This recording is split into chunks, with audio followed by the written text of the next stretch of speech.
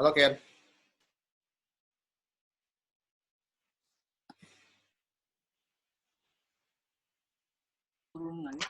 Halo. Ken.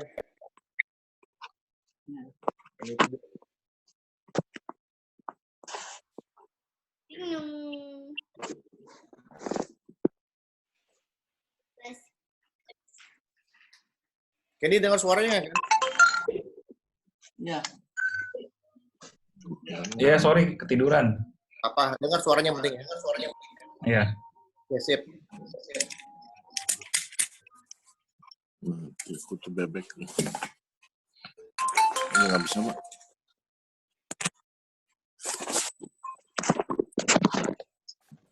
Oke. Oke, kita mulai ya. Yuk, kita mau mulai. Bentar ya.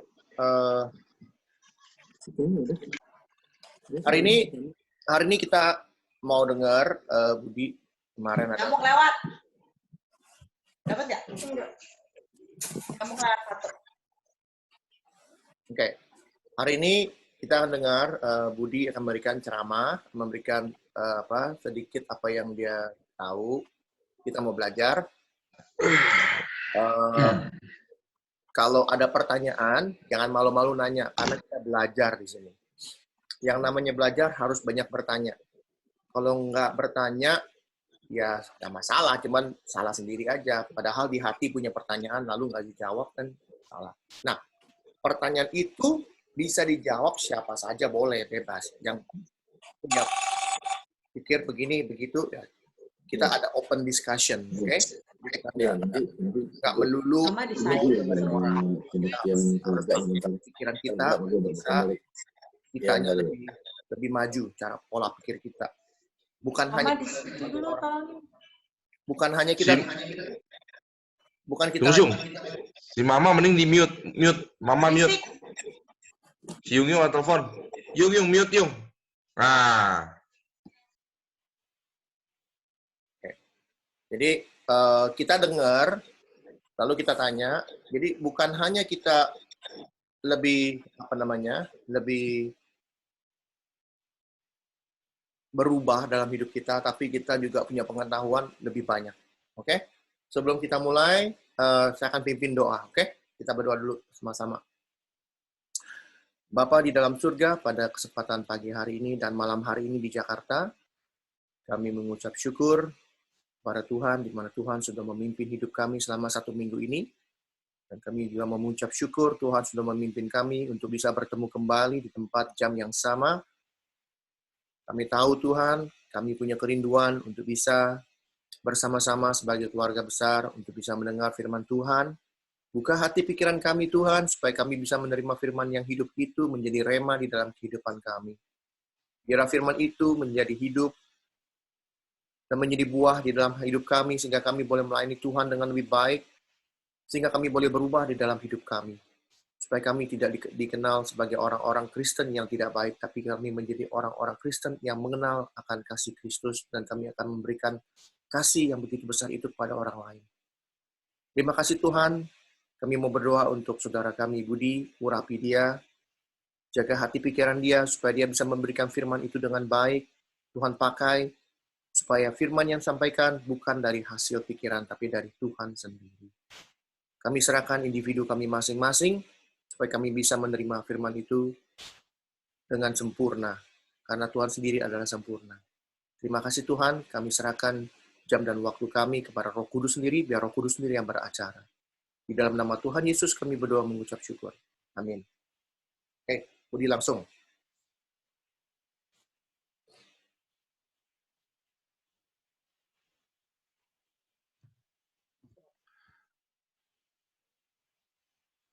Sorry buat tadi unmute. Ulang sebentar. Budi mute ini. Oke, Budi boleh langsung jalan. Oke, selamat sore menjelang malam nih saudara-saudara semua. Saya mau bagiin sedikit renungan tepatnya ya, sharing lah kita. Dari apa yang saya belajar, apa yang saya baca gitu ya.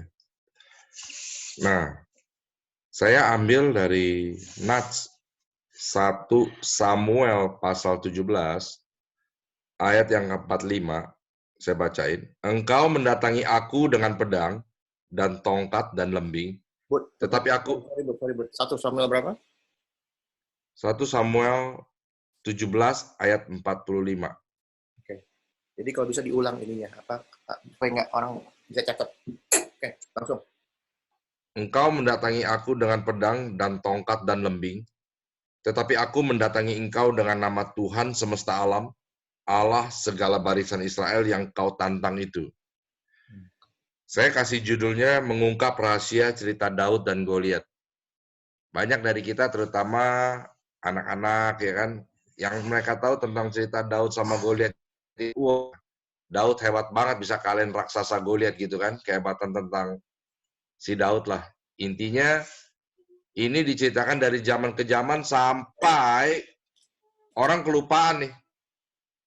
Ada unsur yang terpenting yang kelupaan nih dari cerita Daud sama Goliat. Ini yang saya mau bagi hari ini, ya. Jadi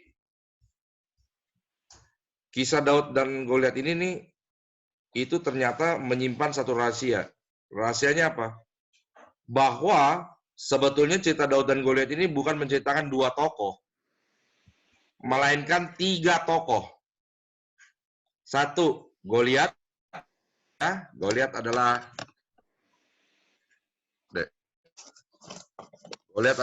satu tokoh di mana melambangkan orang yang mengandalkan kekuatannya, tinggi besar badannya, pengalaman berperangnya, senjata-senjatanya, senjata perangnya dia mengandalkan seperti itu. Nah, tokoh yang kedua adalah yang kita tahu, tokoh Daud. Dikatakan Daud saat itu ya, masih bau kencur, masih kemerah-merahan, bahkan dikatakan, betul nggak? Daud cuma kerjanya sebagai gembala domba. Nah, itu tokoh yang kedua. Nah, tokoh yang ketiga, nah ini yang jarang dibahas, yaitu Tuhan semesta alam. Ya, yang malam ini kita mau lihat bahwa kalau kita mengandalkan Tuhan semesta alam, apa yang akan terjadi dalam hidup kita? Oke?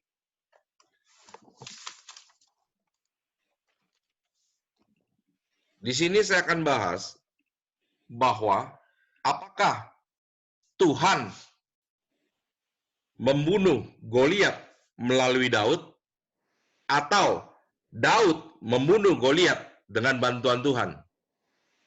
Nah, ini saya mau cerita. Jadi kalau kita lihat, rupanya Tuhan membunuh Goliat melalui Daud. Jadi Daud itu dipilih. Daud itu dipilih, bukannya tiba-tiba Daud mengandalkan, enggak, Daud itu memang dipilih untuk membunuh Goliat. Kenapa? Tuhan mau bunuh Goliat. Ya, entah kita bahas itu. Nah, itu ada hubungannya semua dengan kondisi kekristenan kita saat ini. Ya. Oke.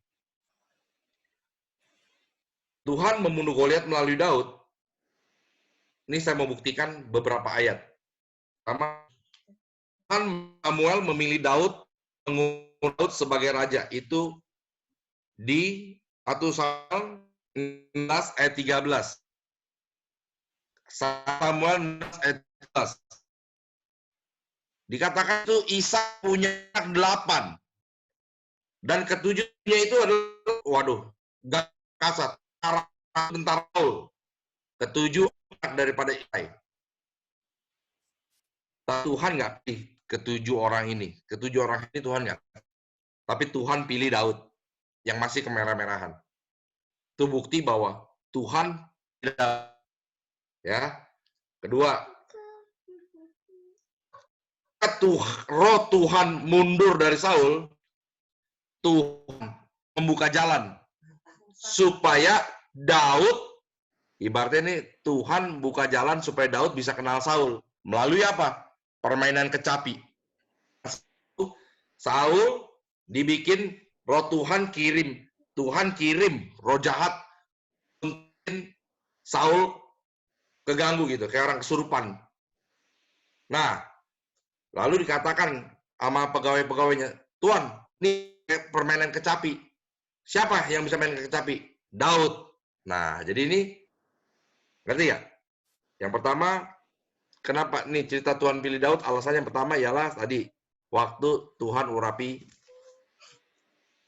Daud, betul? Melalui Samuel. Yang kedua, ya, melalui, jadi itu nggak sembarangan. Emang bisa sembarangan, you bisa ketemu Jokowi. Nggak bisa. Melalui kejadian Saul kesurupan ini, Daud bisa kenal Saul. Nah, dari situlah Daud, orang bilang punya privilege untuk melihat waktu dia bawa makanan ke saudara-saudaranya, bisa melihat pertempuran bangsa Israel. Oke? Nah, disitulah dia mulai dengar, wah, di mana Goliat meremehkan, menghujat bangsa Israel. Oke? Ngerti nggak? Kecepatan nggak? Kecepatan nggak? Enggak ya? Coba poin ini kasih tahu lagi, Bu. Tadi agak putus-putus. Oke. Jadi cerita ini saya mau ungkap bahwa kisah Daud melawan Goliat itu bukan semata karena memang Daud hebat atau Daud mengandalkan Tuhan lalu memenangkan Goliat. Itu juga benar.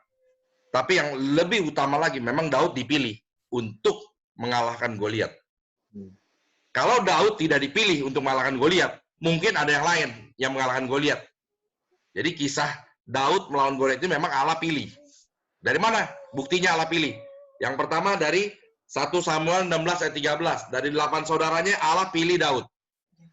Yang kedua, ya, Allah sengaja nih, ketika roh Tuhan mulai jauh dari Saul, Allah sengaja, dikatakan di Alkitab, kalau you bisa lihat, di 1 Samuel 16 ayat 14-18, ya kan? Dikatakan tuh, waduh, roh jahat dikirim sengaja untuk ganggu Saul. Nah, cara sembuhinnya hanya dengan main kecapi. Nah, lalu ditanya, siapa yang bisa pintar main kecapi? Seluruh karyawannya bilang, Daud. Gitu loh. Kecepatan. Ngerti, Syung? Ya. Pertanyaannya, kenapa Tuhan mau bunuh Goliat? Nah, di sini di ayat 1 Samuel 17 ayat 26 dikatakan karena Goliat mencemooh barisan daripada Allah yang hidup. Jadi, nah ini sebelum saya maju ke tempat lain, jadi kalau kita nih, saudara-saudara semua, kita hidup di dalam Tuhan, kita nggak usah takut. Kita nggak usah takut dengar kabar sini sana semua mengenai, waduh, oknum-oknum, ormas-ormas yang bisa mencelakai kita, nggak usah takut. Jangan kita kepancing marah, kepancing kita yang panas sama mereka, enggak. Karena apa? Karena kalau sampai mereka menghina, mencemooh anak-anak Tuhan, barisan daripada tentara Allah, maka Tuhan sendiri yang akan berperang buat kita. Ini satu contoh. Kasus Tuhan memilih Daud untuk membunuh Goliat. Itu satu. Nah, yang kedua, kenapa Daud yang dipilih? Betul nggak? Kalau tadi kan, Tuhan pilih. Kedua, kenapa Tuhan pilih Daud? Oke, di sini saya mau bagi. Jadi Daud sejak masa mudanya hingga dia menjadi raja, bahkan sampai tua, sampai maut menjemputnya, Daud adalah pribadi yang satu. Kesukaannya adalah diam di rumah Tuhan. Ibaratnya itu kalau di zaman sekarang, dia kesukaannya untuk beribadah ke rumah Tuhan. Daud kesukaannya adalah tinggal di rumah Tuhan. Padahal dia seorang raja loh. Istananya megah. Tapi Daud kesukaannya adalah tinggal di rumah Tuhan. Yang kedua, Daud kesukaannya adalah firman Tuhan. Dia selalu bilang, firman-Mu pelita bagi kakiku dan terang bagi jalanku. Daud itu, waduh, apapun dia selalu tanya Tuhan. Daud itu takluk sekali sama firman Tuhan. Itu kenapa Tuhan pilih Daud. Oke? Nah, saya mau bacain satu hal. Kita, kalau kita mengandalkan Tuhan, kalau kita hidup mengandalkan firman Tuhan, maka yang terjadi itu setiap keadaan-keadaan yang buruk terjadi pada diri kita bisa pede kayak Daud. Ntar kita buka ya. Kita buka di 1 Samuel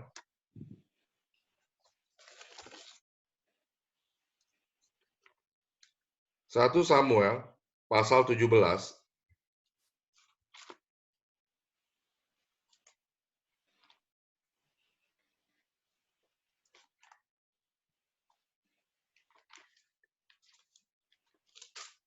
Satu Samuel pasal 17 ayat 37.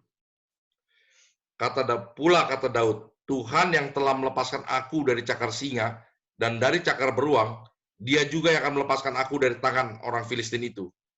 Kata Saul kepada Daud, pergilah, Tuhan menyertai engkau. Dan kita buka lagi, ini ayat yang paling saya suka, 1 Samuel 17, ayat 45 sampai 46.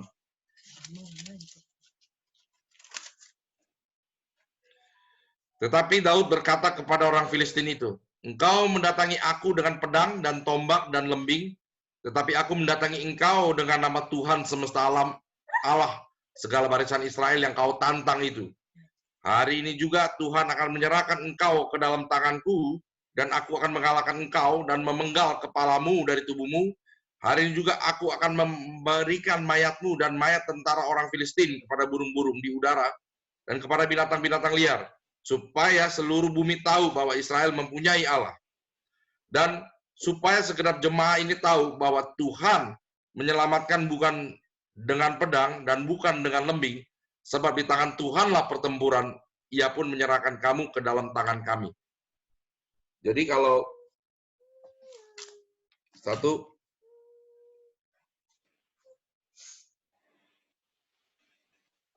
kenapa Tuhan pilih Daud? Ya karena Daud hidupnya mengandalkan Tuhan, mencintai firman Tuhan, dan juga kesukaannya diam di rumah Tuhan. Nah, apa manfaatnya kalau kita belajar dari Daud ini? Apa manfaat kita dari pelajaran Daud ini, dari kehidupan Daud ini? Yaitu tadi, ketika kita lagi menghadapi masalah, apapun masalahnya, baik itu masalah keuangan, baik itu masalah keluarga, apapun masalahnya, ya, kita nggak akan mengandalkan diri sendiri seperti Daud. Seringkali itu kita mengandalkan diri sendiri, kemampuan diri sendiri, mengandalkan segala yang ada. Contoh, saya pernah nih, waduh, duit gue udah tinggal 3 bulan nih, 3 bulan lagi duit gue udah habis nih, pusing nih, stres. Jadi padahal itu itu kejadian 3 bulan yang akan datang, tapi stresnya sekarang. Ngerti nggak maksudnya? Nah, kalau kita dekat sama Tuhan, kita nggak akan mengandalkan diri sendiri, kemampuan diri sendiri. Tapi kita percaya bahwa nggak datang pakai pedang, artinya kepintaran kita, nggak datang dengan bos kita, nggak ngandelin bos kita, nggak ngandelin mungkin pekerjaan kita, nggak ngandelin duit yang ada pada kita. Tapi kita benar-benar mengandalkan Tuhan yang menyediakan segala-galanya gitu. Nah itu kelebihannya kalau kita dekat sama Tuhan. Ya, oke, cepat aja.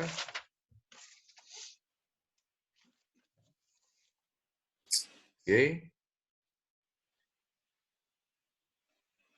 Kesimpulannya aja langsung supaya cepat. Dari cerita Daud dan Goliat ini, kita tarik kesimpulan. Ya, saya bilang kenapa saya bilang ada rahasia besar. Yang ke-1, banyak kali cerita Daud dan Goliat ini hanya menceritakan tentang pertempuran Daud dan Goliat. Udah kayak cerita film King Arthur aja gitu. Kehebatannya Daud yang ditonyolin segala macam.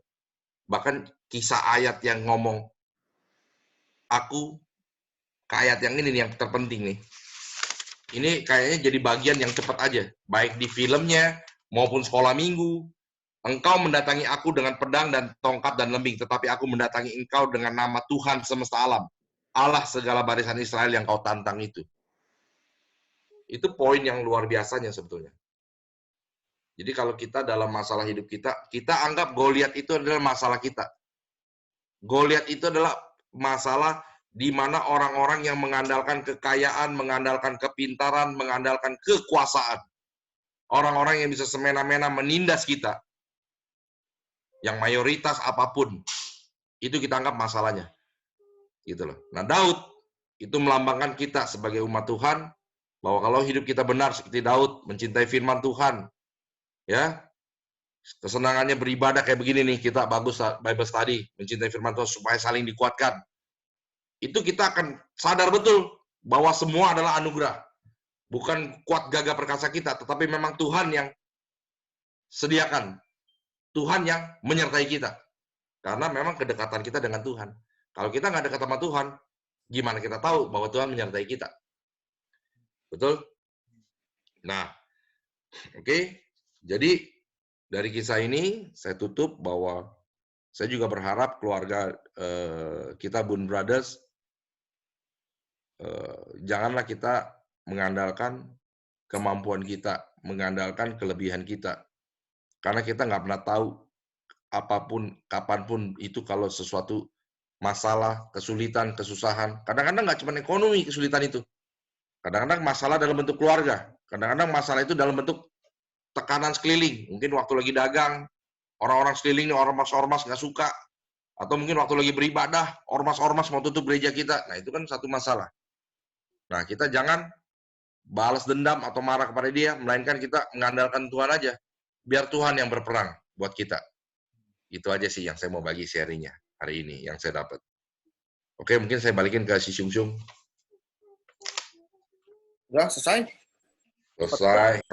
Nggak usah lama-lama. Kan mau sharing. Ada pertanyaan yang lain semuanya? Atau ada tambahan, masukan mengenai cerita mengenai Daud dan Goliat? Sudah dibahas tadi dengan baik poin-poinnya supaya kita bisa belajar. Kalau mau dibaca lagi, kita baca ke dalam 1 Samuel 17. Semua cerita tentang Daud dan Goliat, latar belakangnya apa, kenapa tadi dijelaskan bagaimana Tuhan memilih Daud, bagaimana Tuhan membalas Goliat melalui Daud, dan Daud sudah dipilih Tuhan. Kenapa dipilih Tuhan? Alasannya apa? Semua sudah jelas. Jadi dalam pembelajaran ini kita bisa melihat bahwa apa yang sebelumnya kita tidak tahu, sekarang kita akan jauh lebih tahu gimana. Kenapa Tuhan memilih Daud? Tadi sudah dijelaskan sama Budi. Nanti untuk bisa lebih lanjut lagi, kita bisa nanti ini semua saya rekam. Nanti rekamannya bisa dilihat lagi di YouTube. Jadi kita di YouTube itu kita bisa belajar lagi, dengar lagi. Jadi apa yang ada sekarang ini yang sudah kita pelajari tidak terbuang sia-sia. Sehingga kita bisa melihat atau mendengar setiap hari. Jadi bukan hanya seminggu sekali, supaya kita bisa merefresh apa yang kita sudah pelajari dalam belajar firman Tuhan. Belajar firman Tuhan itu harus setiap hari. Belajar firman Tuhan itu harus diulang-ulang terus sampai kita mengerti dan benar-benar tahu apa arti dari cerita atau kalimat itu, tahu latar belakang kenapa cerita itu ada. Jadi kita mengerti semua, sehingga pada saat kita mendengar sebuah firman dari orang lain, kita tidak terkecoh, atau kita tidak kena tipu, istilahnya. Banyak pendeta tukang tipu. Cuma mau dapat duit aja. Hanya kasih khotbah, tapi khotbahnya nggak ada isinya. Sama sekali. No, bebek, nggak ada isinya sama sekali. Kalau kita ke gereja yang mendengar firman Tuhan yang isinya nol, nggak ada nilainya, kita tidak dibangun, ngapain ke gereja situ? Buang waktu. Kita sedang berpacu dengan waktu. Tuhan sudah mau datang kedua kali. Dia sudah di depan mata. Jadi kita mulai hari ini, terus kita harus jangan sampai lepas. Firman Tuhan itu jangan sampai lepas. Karena apa? Kalau Antikris punya tanda, Antikris punya tanda 666. Ada juga tangan lah. Tuhan memberikan kita tanda juga, jangan salah. Saya ngomong bukan berdasarkan apa opini. Kembali lagi, bukan opini kita, tapi firman Tuhan. Firman Tuhan jelas Tuhan memberikan kita tanda. Tandanya apa? Firman Tuhan yang ada di kepala kita. Ada firman Tuhan di dalam kepala kita, itulah tandanya. Kalau ada firman Tuhan di kepala kita, waktu Tuhan Yesus datang kedua kali, yang dilihat adalah tanda itu. Kalau tanda itu nggak ada, tong kosong, nggak akan diangkat kita. Jadi firman Tuhan harus diulang. Ketemu Tuhan Yesus nggak malu. Mungkin kan Tuhan Yesus tanya begini, siapa saya? Kita jawabnya, Tuhan Yesus adalah Tuhan. Dari mana kamu tahu? Karena Alkitab yang ngomong. Ya, kalau Alkitab yang ngomong. Nggak bisa. Oke? Ada pertanyaan yang lain? Atau masukan?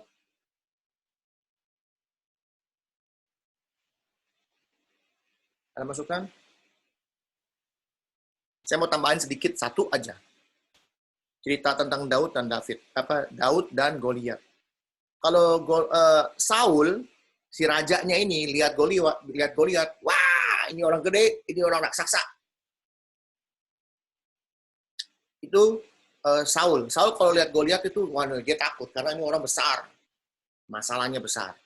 Tapi Daud lihat Goliat, dianya terlalu besar. Daudnya terlalu besar buat Goliat. Kenapa? Dia tahu belakang dia siapa. Dia tahu yang backingnya siapa di belakang. Jadi dia pola pikirnya berubah. Kalau si Saul, karena Saul itu sudah menjauhi Tuhan, maka Tuhan tahu yang akan datang Saul akan menjauhi Tuhan. Maka Tuhan sudah mempersiapkan raja yang baru untuk menggantikan raja Israel ini. Malah dipilihlah Daud. Itu semua sudah jelas, Budi. Jelaskan itu bagaimana Tuhan memilih Daud. Jadi, Tuhan sudah punya rencana ke depan bahwa Saul itu akan diturunkan. Malah tampillah namanya Goliat. Karena apa? Karena Saul melihat Goliat itu, dia tidak melihat Goliat itu terlalu kecil. Dia melihat Goliat itu terlalu besar, bahkan melebihi kebesaran Tuhan. Kalau Daud terbalik melihatnya. Dia lihat Goliat itu terlalu kecil, dianya yang terlalu besar. Jadi dia berani melawan Goliat. Itu masukan tambahan satu. Nggak ada yang lain. Oke? Ada pertanyaan? Itu Mabel atau Keke? Pernah dengar nggak cerita Daud sama Goliat? Coba kasih tahu siapa Daud, siapa Goliat. Ayo.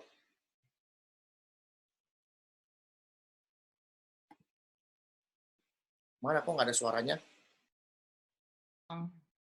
Ayo, Bel. Daud siapa coba, Bel? Tidak tahu. Daud adalah orang yang takut kepada Tuhan. Ya. Betul itu.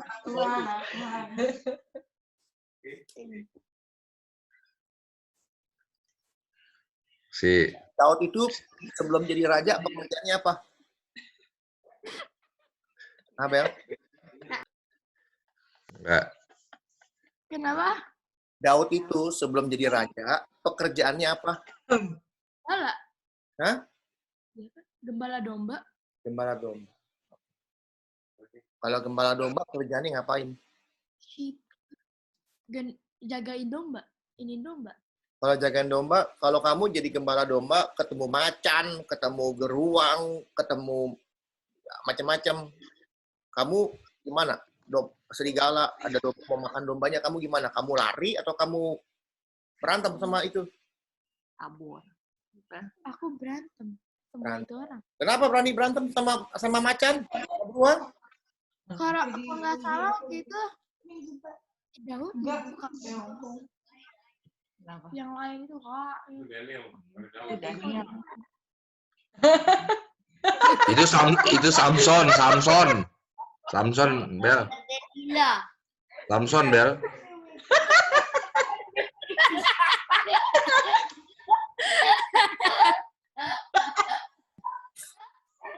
Samson Betawi tuh.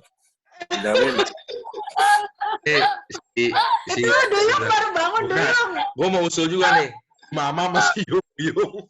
Kalau bisa, khotbah sama doa syafaat dibedain. Jangan tiap kali khotbah bentar-bentar doa syafaat. Dengerin khotbah dulu. Jangan bentar-bentar doa. Apa sih? Ngerti gak lo? Gue liatin tadi orang lagi khotbah dia doa. Lagi khotbah bentar doa lagi. Doa terus. Orang ada waktunya doa sama dengerin khotbah. Jangan doa terus. Selesai khotbah baru amin. Tuh yang baju merah udah kayak Duyung tuh. Ya. Si Mama itu ngantuk atau doa beneran mau tahu? Hah? Si Mama itu ngantuk atau doa beneran? Manggut. Mau ngantuk? Oh. Itu berdua lagi lomba tidur. Ingat, kalau lagi mendengar firman Tuhan itu selalu nih, ingat selalu. Si setan itu nggak suka. Si setan itu nggak suka kita mendengar firman Tuhan. Ingat. Jadi, itulah kita punya Goliat. Goliat kita itu rasa ngantuk. Salah satu bentuk Goliat itu adalah rasa ngantuk. Harus kita lawan. Kalau kita merasa bahwa ngantuk itu lebih besar dari Tuhan, kita kalah. Tapi kita tahu bahwa Tuhan itu lebih besar dari kita, dari ngantuk, kita akan menang. Kenapa? Tuhan sendiri yang akan ngusir rasa ngantuk itu. Karena Daud juga mengatakan bahwa aku datang bukan pakai lembing, bukan pakai pedang, tapi dengan nama Tuhan. Jadi kita harus punya senjata. Senjatanya adalah firman Tuhan. Senjatanya adalah Tuhan sendiri. Itu jelas tadi disebutkan di ayat 40 berapa? 48 ya. Yang mengatakan bahwa, bentar. 47. Enggak, ini penting. 1 Samuel ayat 47 ya. Jangan TikTok mulu deh, memori Ayat 47 itu jelas belum, Mak? Ayat 47 ini yang paling penting benar, ayat 47. bagus juga. Supaya segenap jemaah ini tahu bahwa Tuhan menyelamatkan bukan dengan pedang, bukan dengan lembing, sebab di tangan Tuhanlah pertempuran, dan ia pun menjadi. Jadi istilahnya apa di sini kata-katanya? Arti sebenarnya apa? Segala perang lah, segala masalah lah, berantem, semuanya ada di tangan Tuhan. Tuhan nggak perlu berperang.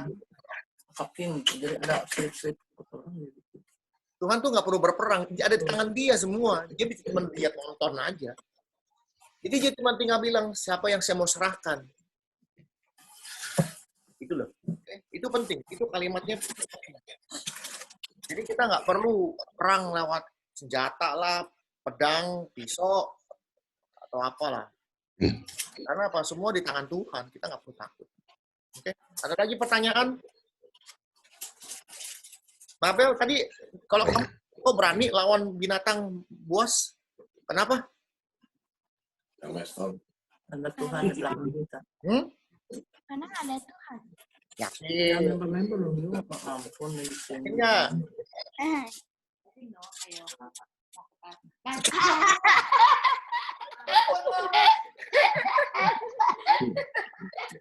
Oke, kita akan tutup dalam doa.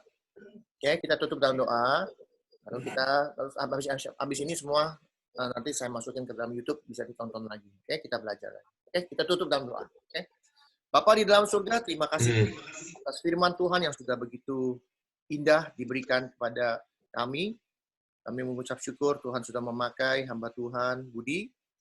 Melalui Budi, Tuhan pakai, Tuhan urapi, sehingga apa yang dia peroleh dari Tuhan juga membangun dirinya, bukan hanya membangun kami, semua kami dibangun. Dan kami diperlengkapi firman Tuhan hari ini dengan baik. Kami tahu bagaimana kami harus mengharapkan dan menaruh harapan kami kepada Tuhan, bukan kepada siapapun atau kepada masalah dalam hidup kami. Karena kami tahu Tuhan kami jauh lebih besar daripada yang lain. Sementara kami akan berpisah satu sama lain, mungkin di Jakarta, sementara akan ada yang tidur, Tuhan pimpin supaya mereka boleh tidur dengan baik, dan pagi besok bisa bangun dengan tubuh yang sempurna dan bisa melakukan segala aktivitas dengan baik. Hai, Dad. Saudara Tuhan, kami mau serahkan hidup kami hari lepas hari supaya kami dirubah, supaya kami boleh menjadi anak-anak Tuhan yang baik, anak-anak Tuhan yang diperlengkapi dengan firman Tuhan, sehingga kami boleh mengerti apa itu kekristenan, apa itu menjadi anak-anak Tuhan. Terima kasih Tuhan. Kami serahkan keluarga besar kami ke dalam tangan Tuhan. Jangan sampai ada satu dari keluarga kami yang tidak Engkau angkat. Tapi peliharalah kami, persatukan kami, ikat kami dengan kasih Tuhan. Kami berdoa setiap masing-masing. Kami berdoa untuk seluruh keluarga besar kami. Budi, Yung, Sensen, Sandy, Mama, dan seluruh keluarga besarnya. Tuhan pimpin, Tuhan pakai melalui anak 5 ini. Tuhan pakai dari keluarga besar ini. Tuhan tidak perlu lebih dari 5.000 orang untuk menjadi saksi. Tuhan hanya pilih 12 orang. Dan Tuhan malah memilih kami yang 5 orang ini. Supaya melalui 5 orang ini, nama Tuhan dimuliakan. Melalui 5 orang ini, firman Tuhan bisa jauh lebih dahsyat sehingga kami boleh mengerti dan kami boleh membagikan apa yang sudah kami tahu, apa yang kami rindu-rindukan, yaitu memberitakan kabar baik ini kepada setiap orang yang kami jumpai. Terima kasih Tuhan, pelihara kami, jaga hati dan pikiran kami, sehingga kami boleh berubah dalam hidup kami. Ampuni segala dosa dan kesalahan kami. Kami tahu kami orang-orang berdosa. Kami mau datang ke hadapan Tuhan supaya kami boleh mengakui segala dosa dan kesalahan kami. Ya kami pulihkan, ya kami boleh datang kepada Tuhan dengan segala kerendahan hati kami. Terima kasih Tuhan. Kami serahkan doa yang jauh dari sempurna ini, biar Roh Tuhan sendiri yang menyempurnakan. Di dalam nama Tuhan Yesus kami berdoa mengucap syukur. Amin. Oke, semuanya selamat malam. Terima kasih. Jangan lupa minggu depan jam 7.